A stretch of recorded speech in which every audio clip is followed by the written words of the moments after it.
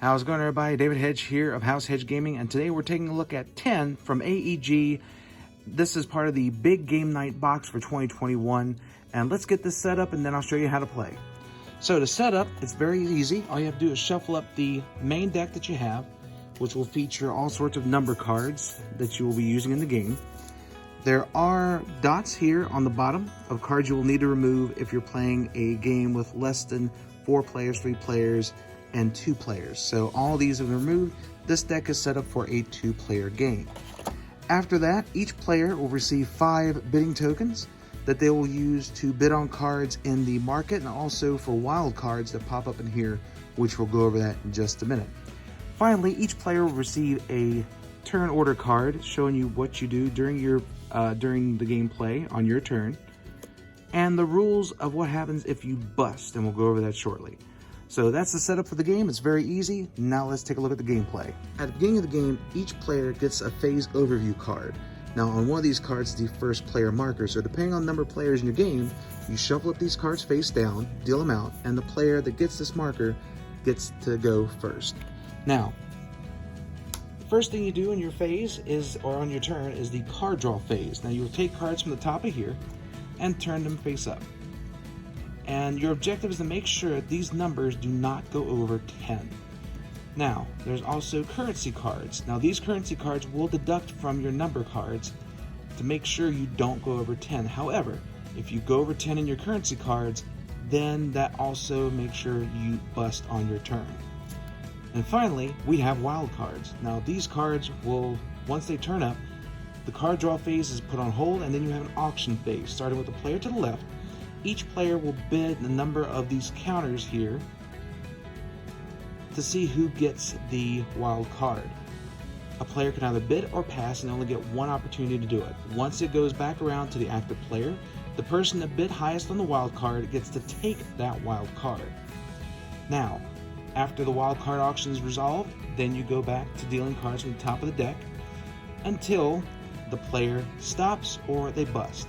So let's go over what happens after the player stops or the player busts. Either way, the turn ends and then some cool stuff happens. So if a player chooses to stop, they get to do one of 2 actions. They can either take all the currency that is available, or they can take the number cards. If they take the number cards, these go in front of that player, and then every other player gets the currency that is shown. So basically it's like a consolation prize for everybody, and they can use those tokens later on down the line.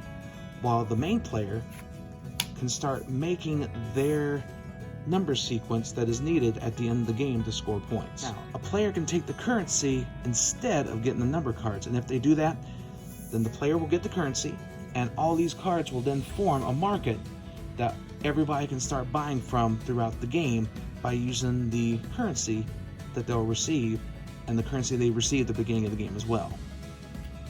Now, if a person busts by going over 10, either through currency or through number cards, then the player that busts will get a currency token, a bust token here, that would be able to redeem for 2 currency, and all these cards would go to the market, and the currency card will be discarded, and that's what happens when you bust.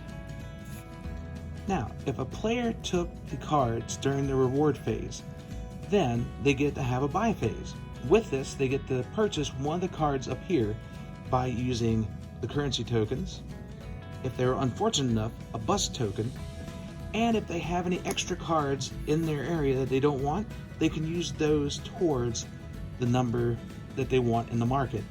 Each of these count as 1, each of the white ones count as 2, and each card you discard to get a card up here counts as 1 each.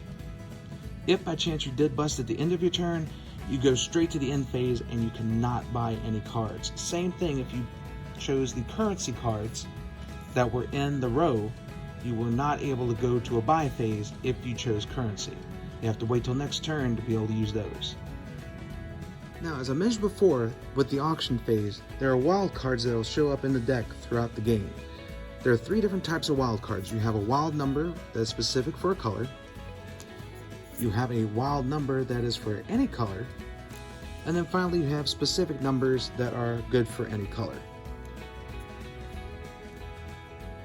Now let's say this is somebody's play area and they start a sequence here of a run of cards for the 4 different colors in the game. You can use this, for example, to fill in for the blue 6 in this run. You can use this one to fill in for a 2 or a 6 in this one. This one you can use for any number that you would need in blue. That's the reason why the wild cards are auctioned off, because these things are very powerful throughout the game. Now, the way the game ends is if the main deck gets emptied out and all cards have been dealt out through people receiving currency, people buying from the market, or just receiving them through their reward phase. Now, at the end of the game, each player takes the longest run of cards that they have and add up the number in that run. So for example, here, the orange would give you 2 points, blue would give you 2, red will give you 3, and green would give you 3. Now, the longer the run, the more points you get, and the person with the most points at the end of the game wins. Now, if you have multiple runs of cards, you would take the highest run that you have and score that one. Unfortunately, the lower one wouldn't get you any points, but it still looks pretty because you get to match them up and have a little shapes right there.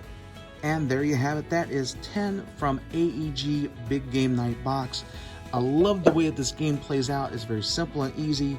I love the different colors and shapes that the games use. It's a very simple game to start off a game night with family and friends. It is a wonderful game. You can even play it solo in case you can't get out to play with anybody. But this is a great game to start off a game night. AEG hit it out of the park with this one. Thank you guys so much for checking out this video. If you like it, definitely like, share, comment, subscribe, all the good stuff that you need to do for YouTube. And let me know what you think. If I'm doing a good job, let me know. If it's something I can improve on, definitely let me know that as well. Thank you guys so much for checking out this video. And until next time, stay safe and take care.